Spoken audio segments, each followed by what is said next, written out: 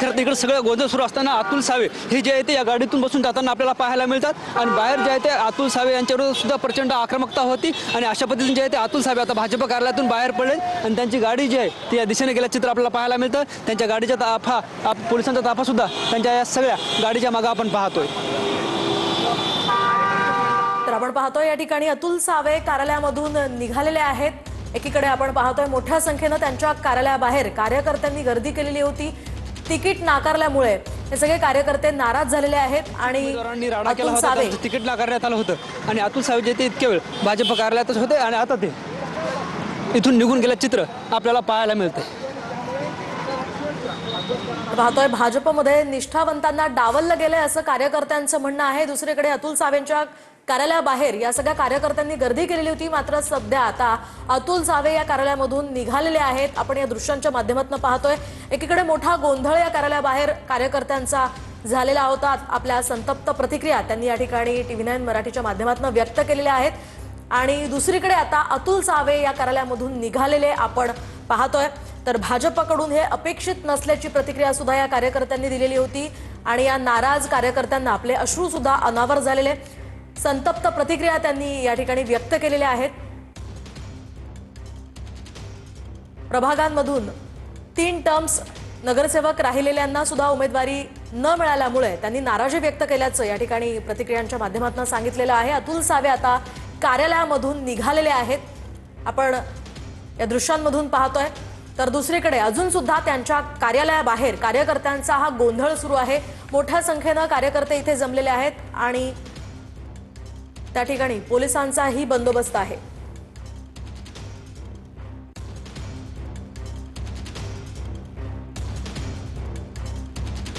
तर दुसरीकडे नाशिकमध्ये जिल्हाध्यक्षांच्या सुद्धा पाठलाग केला जातोय। इच्छुक उमेदवारांकडून इच्छुक उमेदवार जे आहे ते जिल्हाध्यक्षांच्या या ठिकाणी पाठलाग करताना पाहायला मिळत आहे। दुसरीकडे दुसऱ्या दृश्यांमधून आपण पाहतोय या ठिकाणी इच्छुक कार्यकर्त्यांची तब्येत खालावलेली आहे, प्रचंड मनस्ताप त्यांना झाल्याचं या दृश्यांमधून पाहायला मिळत आहे।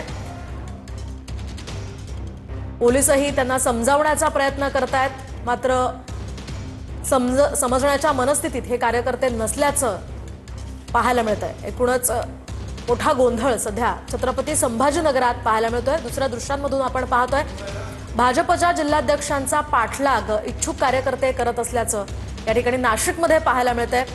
नाशिकमध्ये इच्छुक उमेदवार हे जिल्हाध्यक्षांचा पाठलाग करतात। दुसरीकडे छत्रपती संभाजीनगरात तिकीट नाकारल्यामुळे हे कार्यकर्ते प्रचंड संतप्त झालेले आहेत, आक्रमक झालेले आहेत, तब्येत त्यांची खालावलेली आहे आणि पोलीस सुद्धा त्यांना समजवण्याचा प्रयत्न करतात, मात्र या ठिकाणी कार्यकर्ते नाराज असल्याचं दिसतंय।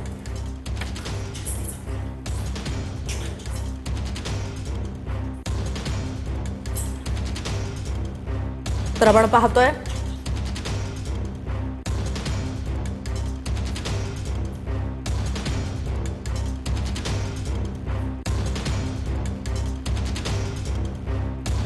नाशिकमध्ये इच्छुक उमेदवारांकडून जिल्हाध्यक्षांचा पाठलाग केला जातोय। तिकडे छत्रपती संभाजीनगरात हा मोठा गोंधळ पाहायला मिळतोय। तिकीट नाकारल्यामुळे कार्यकर्ते संतप्त झालेले आहेत, तर इतर कार्यकर्त्यांमध्ये सुद्धा संभ्रम पाहायला मिळतोय। पोलीस त्यांना समजावण्याचा प्रयत्न करतायत। दुसरीकडे आपल्या भावना या ठिकाणी कार्यकर्त्यांनी व्यक्त केलेल्या आहेत, संतप्त भावना व्यक्त केलेल्या आहेत। तिकीट नाकारल्यामुळे या ठिकाणी त्यांनी संताप व्यक्त केल्याचं दिसतंय।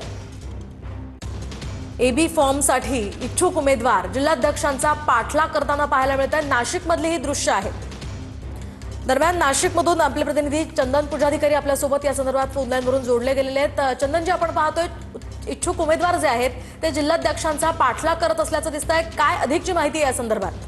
आपल्याला माहिती आहे की नाशिकमध्ये 122 जागांवर भाजपनं आपले सगळेच्या सगळे उमेदवार उभे केलेले आहेत, मात्र प्रचंड मोठ्या प्रमाणात नाराजी जी आहे ती कार्यकर्त्यांमध्ये बघायला मिळते आहे।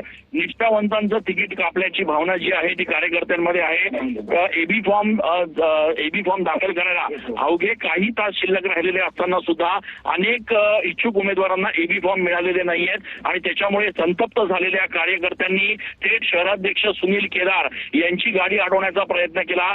नाशिक मुंबई महामार्गावर हा सगळा त्रास आहे तो आपण सध्या टीव्ही 9च्या माध्यमातून बघतो आहे की समोरची जी गाडी दृश्यामध्ये आपण बघतो आहोत ही नाशिकचे भाजपचे शहराध्यक्ष सुनील केदार आहे आणि त्यांच्या मागे कार्यकर्ते जे आहे ते प्रयत्न करत आहे. रस्त्यामध्ये गाडी अडवण्याचा प्रयत्न या ठिकाणी करण्यात आलेला आहे आणि त्याच्यामुळे कुठेतरी एकीकडे भाजपचे शहराध्यक्ष गाडीमधनं पळ काढून असल्याचं बघायला मिळतंय तर दुसरीकडे ताफ्यांच्या माध्यमातून त्यांचा पाठलाग या ठिकाणी करत असल्याचं बघायला मिळत आहे. त्याच्यामुळे भाजपमध्ये एक मोठं नाट्य जे आहे ते या ठिकाणी आपल्याला बघायला मिळत आहे आणि त्याच्यामुळे एक थरारक दृश्य जे आहे ते या ठिकाणी आपण नाशिकमध्ये बघतोय. नाशिक मुंबई महामार्गावर या ठिकाणी गाड्यांचा पाठलाग करत कार्यकर्त्यांनी शहराध्यक्षांना या ठिकाणी थांबवण्याचा प्रयत्न केलेला आहे आणि त्याच्यामुळे शहराध्यक्षांची गाडी एकीकडे पुढे तर मागे सगळ्या कार्यकर्त्यांनी आपल्या गाड्या ज्या आहेत त्या या ठिकाणी घातलेल्या आहेत. त्याच्यामुळे एक थरारक दृश्य जे आहे ते या ठिकाणी नाशिकमध्ये बघायला मिळत आहे. भाजपच्या कार्यकर्त्यांमध्ये प्रचंड मोठी नाराजी जी आहे ती या ठिकाणी बघायला मिळते. अनेक इच्छुक उमेदवार जे आहेत जे वर्षानुवर्ष भाजपचं निष्ठेने या ठिकाणी काम करत आहेत त्यांचे तिकीट वेळेवर या ठिकाणी कापण्यात आलेले आहेत आणि त्याच्यामुळे गिरीश महाजन येतोय.